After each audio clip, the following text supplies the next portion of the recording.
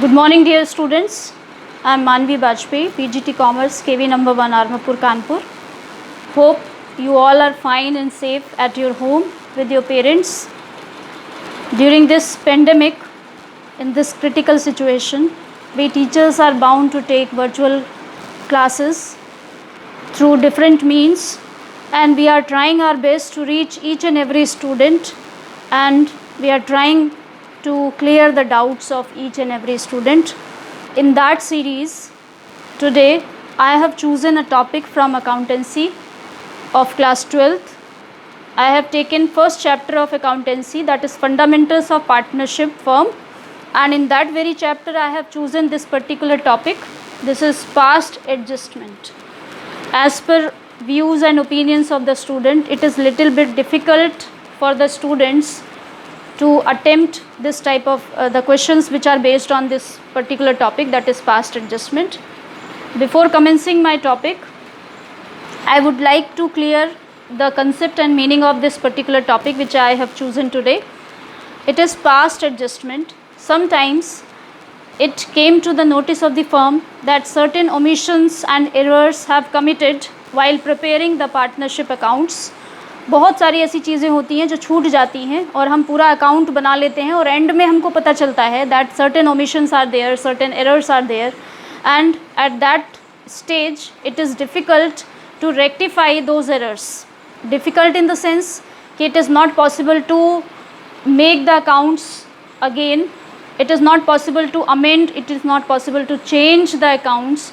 So in accountancy there is a provision to rectify the error, that is to pass an adjustment entry. जहाँ पर भी mistake हुई है, जहाँ आपने एरर कमिट की है, उस एरर को रेक्टिफाई करते हुए, उस मिस्टेक को ठीक करते हुए आप एक एडजस्टमेंट एंट्री वहाँ पर पास कर दीजिए, उसका पूरा वर्किंग नोट दिखा दीजिए. उससे वो एरर रेक्टिफाई हो जाती है और एक सपोर्टिंग एंट्री के रूप में आप उसको शो कर सकते हैं उस पर्टिकुलर अकाउंट के साथ में कि यहाँ पर ये मिस्टेक हुई थी. For that very purpose we have pass the adjustment entry. इसलिए इसका नाम पास्ट एडजस्टमेंट पड़ा क्योंकि पीछे जो आप अकाउंट बना कर आए हैं वहाँ कहीं ना कहीं कोई मिस्टेक हुई है. For rectifying that particular mistake you are going to pass an adjustment entry. That's why this topic is termed as past adjustment. So just I am going to commence this topic. First you see what type of mistakes are committed usually. First one is omission of interest on capital. Second type of error or omission can be related to omission of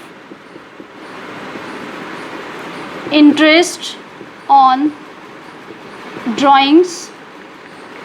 Third type of error can be related to omission of salary. If there is provision in the partnership deed that partners are liable to get commission or salary from the firm, and if it is omitted to be given, omission of salary and commission, etc. Fourth mistake can be related to interest on capital at some specified rate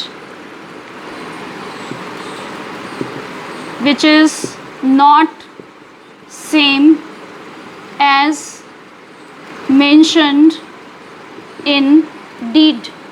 deed word आप लोग पहले ही पढ़ चुके हैं. Deed का मतलब the agreement between the partners. उस agreement में जो कुछ भी चीज़ें, जो भी क्लॉजेस दिए जाते हैं, उस क्लॉज के हिसाब से अगर पार्टनर्स को इंटरेस्ट ऑन कैपिटल मिलना था एक स्पेसिफाइड रेट से, तो हो सकता है उस रेट में कुछ मिस्टेक हो गई हो. कई बार हम 10% दे देते हैं इंस्टेड ऑफ 8%. कई बार हम कम भी दे देते हैं, 10% ज़्यादा दे दिया. और कई बार ऐसा होता है कि हमने 8% रेट ऑफ इंटरेस्ट था और हमने 7% प्रोवाइड किया. So many mistakes can be there. Apart from that, ये तो आपकी इंटरेस्ट ऑन कैपिटल हो गई. प्रॉफिट भी रॉन्ग डिस्ट्रीब्यूट हो जाता है कई बार. Profit distribution in wrong ratio.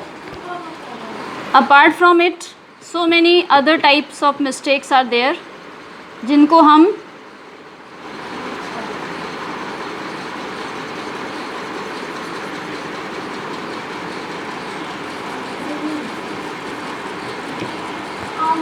Miscellaneous errors में पढ़ेंगे, मिसलेनियस एरर्स में, जिसमें आपकी ये सारी एरर्स कवर होती हैं। एक ऐसा भी क्वेश्चन आ सकता है जिसमें entire type of errors are given, यानी इंटरेस्ट ऑन कैपिटल भी उसमें होगा, इंटरेस्ट ऑन ड्राइंग भी होगा, सैलरी भी होगी, कमीशन भी होगा, इसके अलावा और भी कई सारे प्रॉब्लम्स होंगी, प्रॉफिट भी गलत बटा होगा।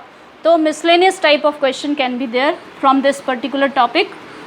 सबसे पहले पास्ट एडजस्टमेंट, जो आपने जो एडजस्टमेंट एंट्री करनी है उससे रिलेटेड आपका कंसेप्ट एकदम क्लियर होना चाहिए कि इंटरेस्ट ऑन कैपिटल अगर हम ले रहे हैं तो interest on capital partners capital account में क्रेडिट होता है, ये सभी बच्चे जानते हैं।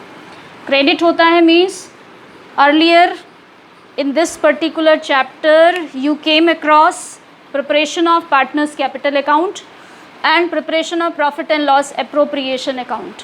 Profit and loss appropriation and partners capital बनाते समय पार्टनर्स कैपिटल के दोनों मेथड्स आपने सीखे थे, when capital is fixed and capital is fluctuating. वहाँ से ये कंसेप्ट क्लियर है कि इंटरेस्ट ऑन कैपिटल अगर हम पार्टनर्स कैपिटल अकाउंट में लिखेंगे तो उनके अकाउंट में क्रेडिट होता है, जाता है। ड्राइंग अगर उनसे चार्ज किया जाता है तो डेबिट होता है। सैलरी कमीशन जो भी फर्म से वो ले रहे हैं वो उनके अकाउंट में क्रेडिट होता है। इंटरेस्ट ऑन कैपिटल कोई स्पेसिफाइड रेट से अगर आपको देना था, आपने नहीं दिया, कम दिया, तो आपको वापस वो डिफरेंस अमाउंट देना पड़ेगा, और आपने ज़्यादा दे दिया तो डिफरेंस अमाउंट को डेबिट करना पड़ेगा। ये सारी चीज़ें मैं इसलिए आपको बता रही हूँ कि the concept should be clear that which item has to be credited and which item has to be debited before commencing this topic. This concept has to be very very clear. इसके अलावा आप जब भी इस past adjustment को करने बैठेंगे, अगर आपके ये कंसेप्ट क्लियर हैं कि हम इसको कहाँ लिखेंगे, किस तरीके से शो करेंगे, तो आपको कोई दिक्कत इसमें नहीं आने वाली है।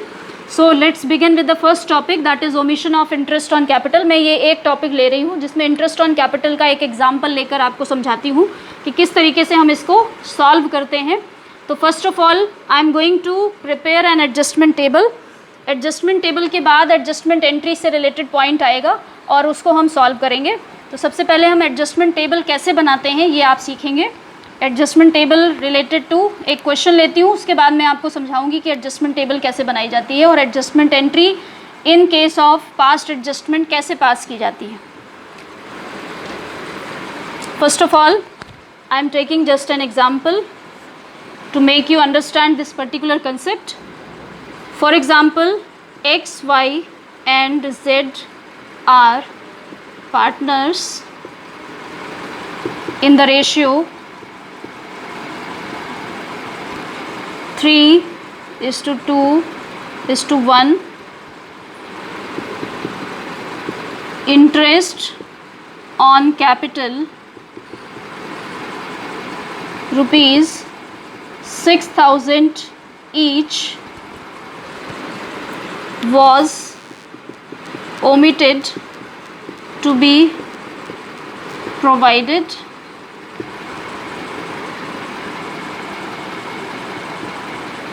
pass an adjustment entry। इस तरीके से ये क्वेश्चन दिया होता है। मैंने एक सिर्फ एग्जांपल के तौर पर आपको समझाने के लिए क्वेश्चन लिया है कि XYZ किसी फर्म में पार्टनर हैं जो कि कोई भी प्रॉफिट या लॉस 3:2:1 के रेशियो में शेयर कर रहे हैं। जब हमने अकाउंट बना लिया, वॉज ओमिटेड लिखा हुआ है, हमने अकाउंट बना लिया और छूट गई है ये चीज़, और क्या छूटी है? Interest on capital, that is IOC भी शॉर्ट में लिखते हैं, interest on capital. 6,000 to each partner का मतलब हो गया 18,000। Total amount X, Y and Z को, तीनों को 6,000 रुपये उनके अकाउंट में क्रेडिट होना चाहिए था एज इंटरेस्ट ऑन कैपिटल। लेकिन ये चीज़ हम भूल गए देना, और भूलने का रिज़ल्ट क्या हुआ? ये जो 18,000 रुपये है, ये एक्चुअल में जो इंटरेस्ट ऑन कैपिटल है, it is an appropriation of profit. जो हमारा फर्म का प्रॉफिट आता है, उस प्रॉफिट में से ही हम ये सारी चीज़ें पार्टनर्स को देते हैं, whether it is interest on capital, whether it is salary, it is commission or anything that we are going to provide to the partner, it is given out of profit, so it is appropriation of profit। Meaning कहने का ये हुआ कि अगर हमने interest on capital नहीं दिया तो ये जो प्रॉफिट का अमाउंट था ये रॉन्ग डिस्ट्रीब्यूट हो गया, और ये रॉन्ग डिस्ट्रीब्यूट हो गया इन द रेशो 3:1। इसके डिस्ट्रीब्यूशन से इफ़ेक्ट क्या आया होगा, किसी पार्टनर को कम पैसा मिल गया, किसी पार्टनर को ज़्यादा मिल गया। यही कम और ज़्यादा किसको मिला और किसको नहीं मिला, यही चीज़ें हम यहाँ पर निकालेंगे by preparing an adjustment table. अब मैं आपको बताती हूँ कि इस क्वेश्चन के बेसिस पर हम एडजस्टमेंट टेबल कैसे बनाएंगे और उस एडजस्टमेंट टेबल को बनाकर हम कैसे इस क्वेश्चन को सॉल्व करेंगे। ये क्वेश्चन आपने नोट कर लिया होगा, मैं इसको रब कर रही हूँ और इसके बाद इसमें एडजस्टमेंट टेबल और एडजस्टमेंट एंट्री बताती हूँ कैसे सॉल्व करना है इसे।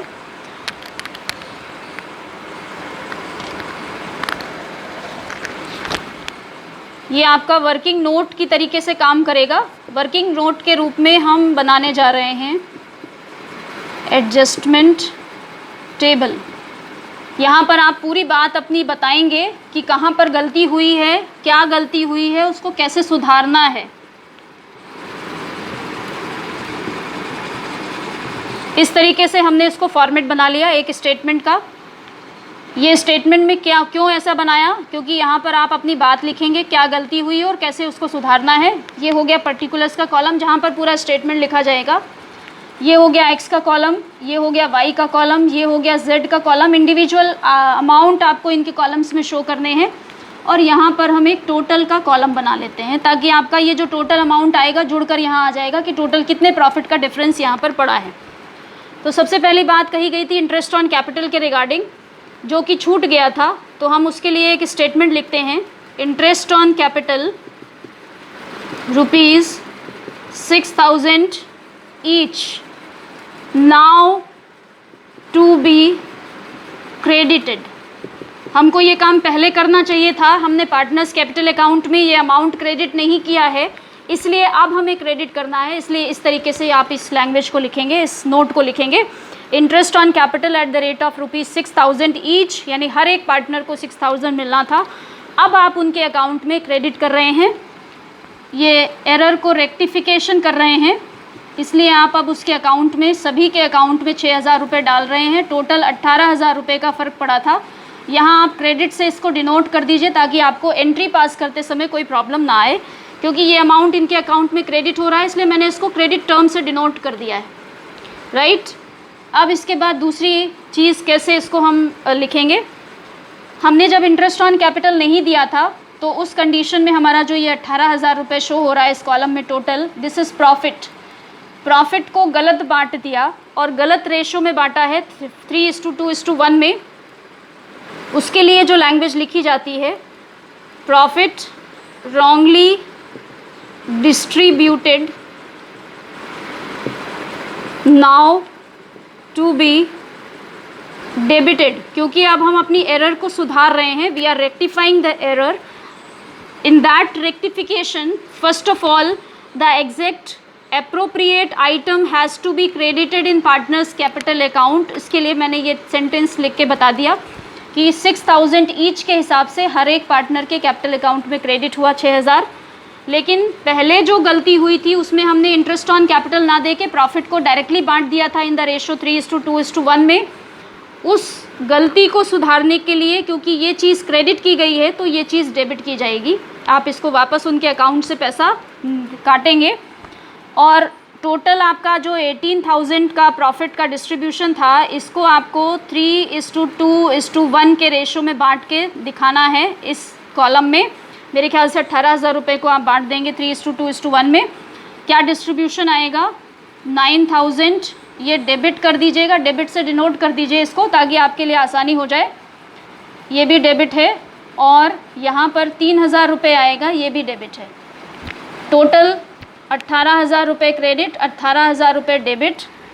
अब इससे क्या इफ़ेक्ट पड़ेगा ये देखिए, यहाँ पर आपको साफ समझ में आ जाएगी बात। 6,000 रुपये क्रेडिट हो रहा है और 9,000 रुपये डेबिट। जब हमने प्रॉफिट बांटा तो एक्स का फ़ायदा हो गया, उसको 9,000 मिले, जबकि इंटरेस्ट ऑन कैपिटल के रूप में उसको सिर्फ 6,000 मिलने चाहिए थे।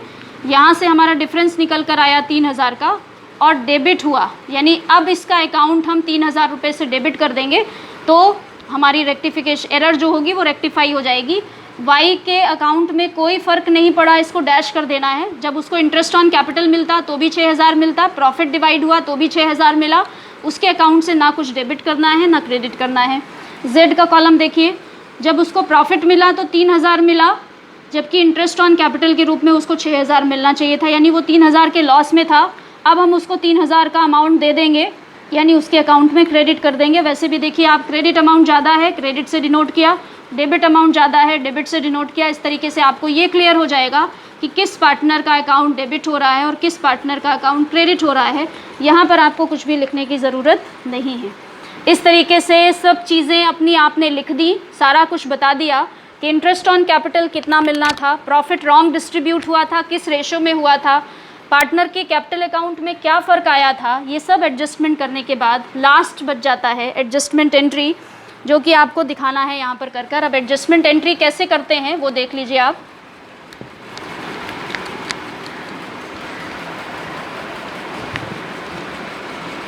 एडजस्टमेंट एंट्री करने के लिए किसका अकाउंट डेबिट हुआ है, X capital account debit to जेड्स कैपिटल अकाउंट। 3000 रुपये आपने एक्स के अकाउंट से डेबिट किया, 3000 रुपये जेड के अकाउंट में क्रेडिट कर दिया।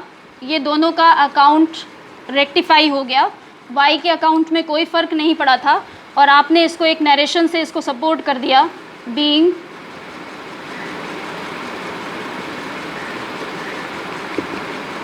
Adjustment entry past. सिंपल सा आपको एक नरेशन लिख देना है कि बीइंग एडजस्टमेंट एंट्री पास, यानी जो भी इंटरेस्ट ऑन कैपिटल का एडजस्टमेंट था वो हो गया।